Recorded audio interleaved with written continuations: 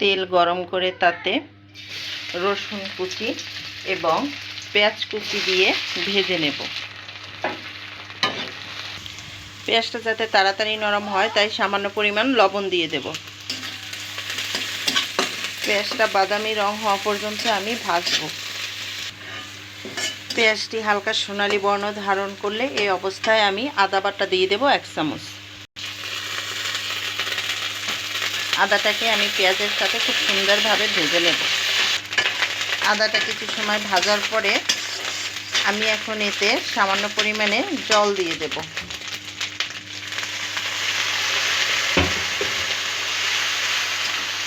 এখন আমি এর সাথে কিছু মশলা অ্যাড করব। এবারে আমি হলুদ গুঁড়ো, মরিচ গুঁড়ো, তেজপাতা, কাঁচা লঙ্কা চেরা দিয়ে আমি এবারে এই মশলাটা আরও কিছু সময় ভুনবো। বেশ ভালোভাবে আমি কষাবো এবং আমার পেঁয়াজগুলো ততক্ষণে দেখা গেছে গলে যাবে। আমার মশলার পানিটা কিছুটা কমে এলে আমি এ পর্যায়ে একটি টমেটো কুচি দিয়ে দেব। এবারে টমেটোটি যতক্ষণ পর্যন্ত গলে না যায় আমি মশলাটি ততক্ষণ পর্যন্ত কষাতে থাকবো। মশলার সাথে টমেটোটি আমি মিশিয়ে দেব এবং এ পর্যায়ে ঢাকা দিয়ে রাখব। আমি এভাবে ঢেকে ঢেকে মশলাটিকে সুন্দরভাবে কষিয়ে নেব।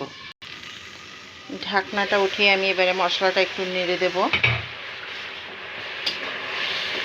দেখো বন্ধু, আমাদের মশলাটা গলে এসেছে প্রায়, পেঁয়াজ এবং টমেটো। আমি কিন্তু এখানে অন্য কোনো মশলা এখন পর্যন্ত ইউজ করিনি, জাস্ট শুধু পেঁয়াজ, রসুন এবং আদা আর টমেটো, কাঁচামরিচ দিয়েছি, হলুদ দিয়েছি, গুঁড়ো লঙ্কা দিয়েছি, লবণ দিয়েছি। আমি কিন্তু অন্য কোনো মশলা এখন পর্যন্ত এতে অ্যাড করিনি। মশলা থেকে তেল ছেড়ে না দেওয়া পর্যন্ত আমি আরও কিছু সময় মশলাটি এভাবে কষাতে থাকবো। বন্ধুরা দেখো, আমার মশলা থেকে তেল ছেড়ে দিয়েছে। এ পর্যায়ে আমি মশলার মধ্যে মাছগুলো দিয়ে দেব। এটা হলো সেই পাঙ্গাস মাছ। এটা নদীর পাঙ্গাস, আমার পার্শ্ববর্তী নদীর পাঙ্গাস, সন্ধ্যা নদী।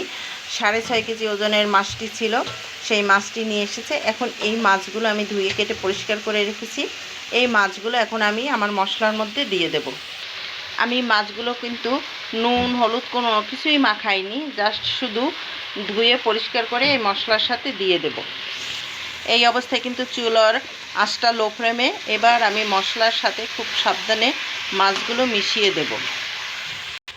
মাছগুলোর সাথে মশলাটা খুব সুন্দরভাবে মেশানো হয়ে গেছে। আমি কিন্তু ফ্লেমটা আগেই বলেছি লো ফ্লেমে রাখতে, কারণ এখন যদি হাই হিটে রাখতে চাই তাহলে আমার মাছগুলো পুড়ে যাবে, মশলাটা পুড়ে যাবে। এই অবস্থায় আমি ঢেকে ঢেকে মাছটাকে কষাবো 10 মিনিটের মতো, এবং মাঝে মাঝে আমি কিন্তু ঢাকনা খুলে নাড়া দিয়ে দেব। দেখো বন্ধুরা, মাছ থেকে তেলটা ছেড়ে দিয়েছে এবং মশলার তেলটা সেটিও বেরিয়ে গেছে। খুব সুন্দর করে মশলাটা মাছের সাথে কষানো হয়েছে। এ পর্যায়ে আমি সামান্য ধনিয়া গুঁড়ো দিয়ে দেব। ধনিয়া গুঁড়ো দিয়ে আমি মিশিয়ে আরও কিছু সময় কষাবো। এই রান্নাটা জাস্ট শুধু কষানোর উপরেই নির্ভর করে। আপনি যত আস্তে আস্তে এটি রান্নাটি করবেন, বারবার নাড়া দিয়ে কষিয়ে কষিয়ে রান্নাটি করবেন, এই রান্নাটার স্বাদটা তত বাড়বে। আপনি যদি তাড়াহুড়ো করেন তাহলে এই রান্নার স্বাদটি আপনি সম্পূর্ণভাবেই হারিয়ে ফেলবেন। তবে এখানে একটি কথা বলে রাখছি, যদি আপনাদের কাছে ভাজা জিরের গুঁড়ো থাকে তাহলে এখন দিবেন না, সেটি মাছটি রান্না শেষে যখন নামাবেন তার আগে গরম মশলার সাথে দিবেন। যেমন আমার কাছে কিন্তু শুকনো খোলায় ভেজে রেখে জিরে গুঁড়ো করে রাখা আছে, এই জন্য আমি শুধুমাত্র ধনিয়া গুঁড়ো দিয়েছি। আর যদি কাঁচা জিরের গুঁড়ো হয় তাহলে কিন্তু ধনিয়ার সাথে একসাথে দিয়ে মাছের সাথে কষাতে হবে। মাছের রঙটি কিন্তু দেখেন আস্তে আস্তে খুব সুন্দর অন্যরকম একটি কালার ধারণ করছে। আর এই ধরনের মাছ রান্না করলে মাংসের স্বাদের কথা আপনি ভুলে যাবেন, মনে হবে যেন আপনি নিজেই মাংস দিয়ে ভাত খাচ্ছেন না মাছ দিয়ে খাচ্ছেন, এটা বুঝতে পারবেন না। মাছটি আমার খুব সুন্দর কষানো হয়ে গেছে। দেখুন মশলা আলাদা হয়ে যাচ্ছে এবং তেল ছেড়ে দিয়েছে। এ পর্যায়ে আমি কিছু জল দিয়ে দেব। যেহেতু মাছটা কষাতে কষাতেই অর্ধেক রান্না হয়ে গেছে তাই আমি জলের পরিমাণটা খুব কম দেব। শুধুমাত্র আমার যতটুকু ঝোল রাখতে হবে সেই পরিমাণে আমি জল দেব। আমি এখানে আর জল দেব না, এই জলটুক থেকেই আমার গামাখা ঝোল হয়ে যাবে। ঝোলের সাথে মাছটি খুব সুন্দর করে মিশিয়ে দিয়েছি। এবারে আমি কিছু সময় ঢাকা দিয়ে রাখবো ফুটে ওঠা পর্যন্ত। দেখো বন্ধুরা, আমার মাছের ঝোলটি টেনে গিয়েছে, ঝোলটি কেমন গাঢ় হয়ে গেছে। তোমরা মনে হয় বাষ্পের কারণে খুব বেশি ভালোভাবে দেখতে পাচ্ছ না। অসম্ভব সুন্দর একটি রং এসেছে। আমি আর ঝোলটি টানাবো না, আমার বাসায় আছে অনেক লোক আছে, আর এই মাছটি রান্নার পরে ঝোলটা আরও কিছুটা গাঢ় হবে। এ পর্যায়ে আমি সামান্য গরম মশলা গুঁড়ো, ভাজা জিরে গুঁড়ো ছড়িয়ে দিলাম। এবার এই মশলাটা আমি খুব সুন্দর করে মাছের সাথে মিশিয়ে দেব। আমার রান্নাটি কিন্তু একদম শেষ, আমি আর এই মাছটিতে জাল দেব না। এ পর্যায়ে আমি গ্যাসটি বন্ধ করে দেব এবং আমি রান্নাটি স্ট্যান্ডিং টাইম দেব একটু সময়। আমার রান্নাটি কিন্তু সম্পূর্ণ শেষ। দেখো বন্ধুরা, মাছটি সম্পূর্ণভাবে সেট হয়ে গেছে। কত সুন্দর হয়েছে দেখতে আর কতটা লোভনীয় হয়েছে।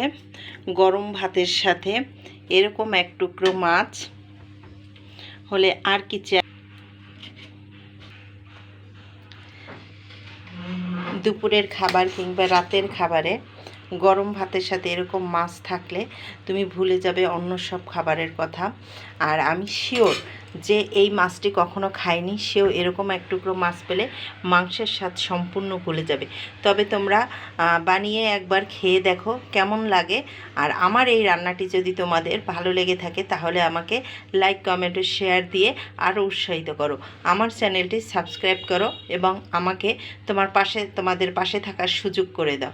ধন্যবাদ। আবারও ফিরে আসব নতুন কোনো রান্না নিয়ে।